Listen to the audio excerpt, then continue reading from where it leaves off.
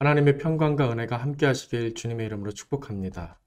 이제 한마음으로 신앙 고백하시며 8월 9일 수요일 새벽 기도회를 하나님께 올려드리겠습니다. 나는 전능하신 아버지 하나님 천지의 창조주를 믿습니다. 나는 그의 유일하신 아들 우리 주 예수 그리스도를 믿습니다. 그는 성령으로 잉태되어 동정녀 마리아에게서 나시고 본디오 빌라도에게 고난을 받아 십자가에 못 박혀 죽으시고 장사된 지 사흘 만에 죽은 자 가운데서 다시 살아나셨으며 하늘에 오르시어 전능하신 아버지 하나님 우편에 앉아 계시다가 거기로부터 살아있는 자와 죽은 자를 심판하러 오십니다. 나는 성령을 믿으며 거룩한 공교회와 성도의 교제와 죄를 용서받는 것과 몸의 부활과 영생을 믿습니다. 아멘. 사랑과 은혜의 아버지 하나님, 오늘 하나님 말씀으로 하루를 시작하게 하시니 감사드립니다. 하나님께 이 하루를 맡겨드리며 주님 주실 은혜를 기대하며 오늘 믿음으로 살기를 결단하오니 하나님 이 시간 하나님의 말씀으로 큰 힘을 주시고 깨우침을 허락하여 주시며 우리의 갈 길을 알려주옵소서. 예수님의 이름으로 기도드립니다. 아멘. 하나님 말씀 보시겠습니다. 하나님 말씀 예레미야 24장 1절에서 10절까지 말씀입니다. 하나님 말씀 구약 성경 예레미야 24장 1절에서 10절까지 말씀 제가 봉독합니다. 바벨론의 느부갓네살 왕이 유다 왕 여호야김의 아들 여고냐와 유다 고관들과 목공들과 철공들을 예루살렘에서 바벨론으로 옮긴 후에 여호와께서 여호와의 성전 앞에 놓인 무화과 두 광주리를 내게 보이셨는데 한 광주리에는 처음 익은 듯한 극히 좋은 무화과가 있고 한 광주리에는 나빠서 먹을 수 없는 극히 나쁜 무화과가 있더라. 여호와께서 내게 이르시되 에레미야야 내가 무엇을 보느냐 하시매 내가 대답하되 무화과 이온데 그 좋은 무화과는 극히 좋고 그 나쁜 것은 아주 나빠서 먹을 수 없게 나쁘니이다 하니 여호와의 말씀이 또 내게 임하니라 이르시되 이스라엘 하나님 여호와께서 이와 같이 말씀하시니라 내가 이곳에서 옮겨 갈대아인의 땅에 이르게 한 유다 포로를 이 좋은 무화과와 같이 잘 돌볼 것이라. 내가 그들을 돌아보아 좋게 하여 다시 이 땅으로 인도하여 세우고 헐지 아니하며 심고 뽑지 아니하겠고 내가 여호와인 줄 아는 마음을 그들에게 주어서 그들이 전심으로 내게 돌아오게 하리니 그들은 내 백성이 되고 나는 그들의 하나님이 되리라. 여호와께서 이와 같이 말씀하시니라. 내가 유다의 왕 시드기야와 그 고관들과 예루살렘의 남은 자로서 이 땅에 남아있는 자와 애굽 땅에 사는 자들을 나빠서 먹을 수 없는 이 나쁜 무화과 같이 버리되 세상 모든 나라 가운데 흩어서 그들에게 환난을 당하게 할 것이며 또 그들에게 내가 쫓아보낼 모든 곳에서 부끄러움을 당하게 하며 말거리가 되게 하며 조롱과 저주를 받게 할 것이며 내가 칼과 기근과 전염병을 그들 가운데 보내 그들이 내가 그들과 그들의 조상들에게 준 땅에서 멸절하기까지 이르게 하리라 하시니라. 아멘. 다시 한번 말씀을 천천히 읽으시면서 개인적으로 묵상하는 시간을 갖도록 하겠습니다.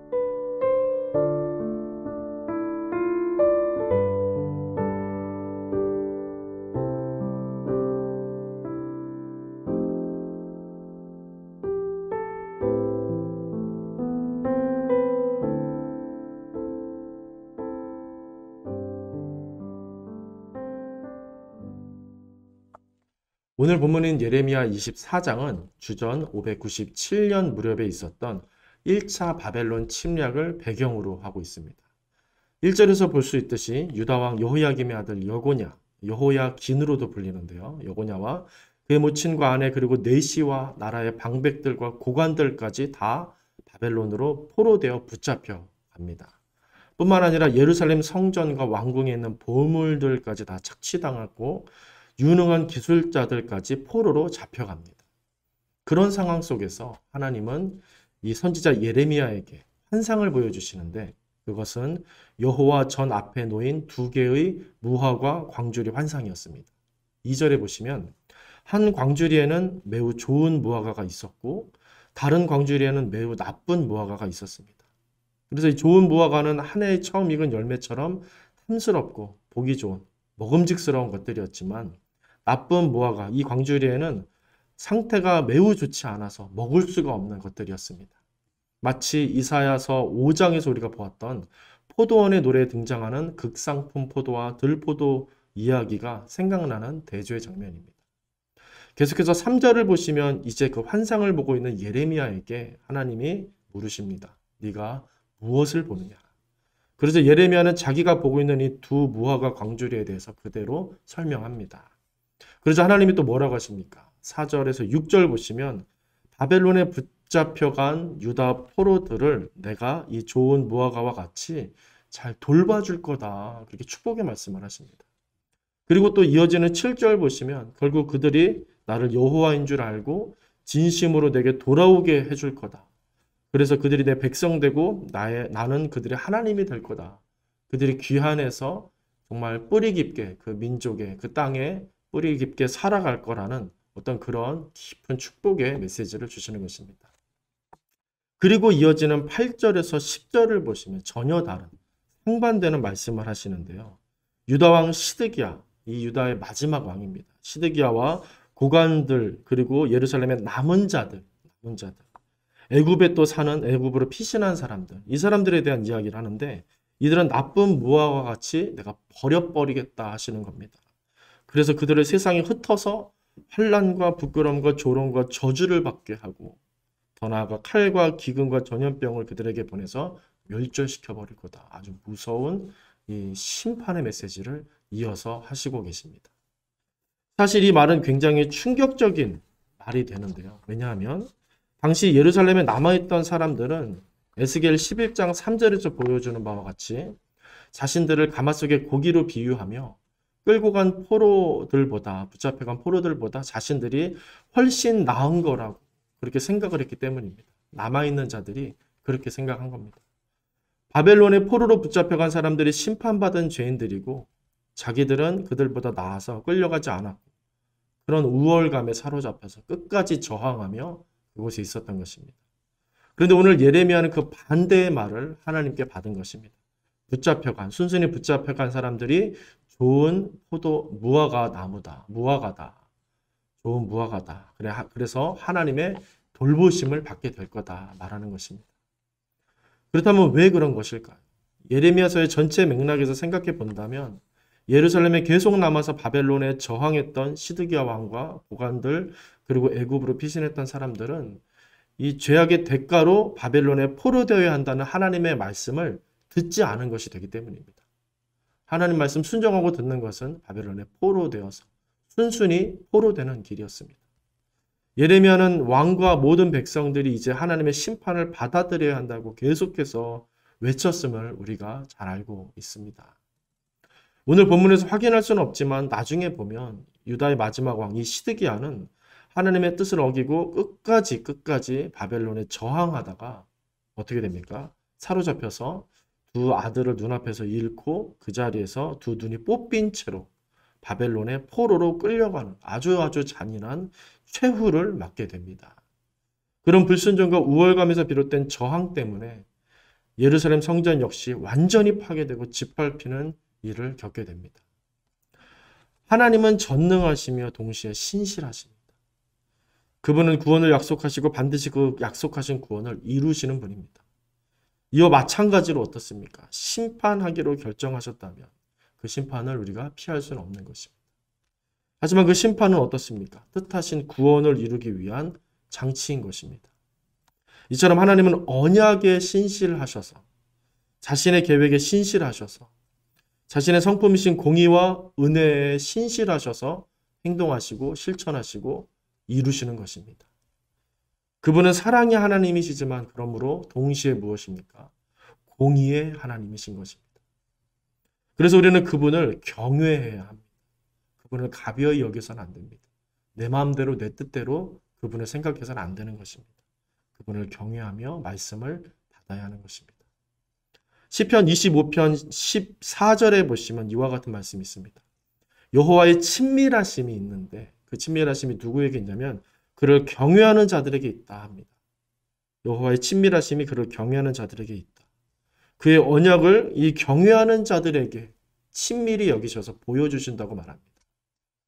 그분에 대한 사랑과 그분에 대한 두려움과 무거움, 이 모두를 우리는 잃지 말아야 할 것입니다.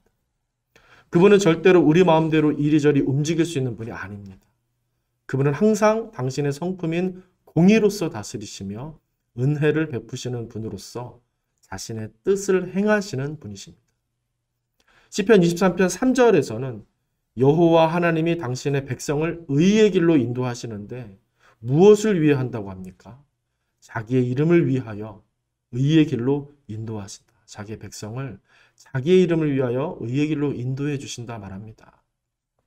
당시 남유다의 왕과 고관들, 정치인들과 종교인들은 거짓 선지자 하나냐를 통해 자기들의 입맛에 맞고 기호에 맞는 말들을 쫓았고 진짜 하나님 말씀을 전하는 예레미야는 조롱하고 핍박하고 죽이려고 했었습니다.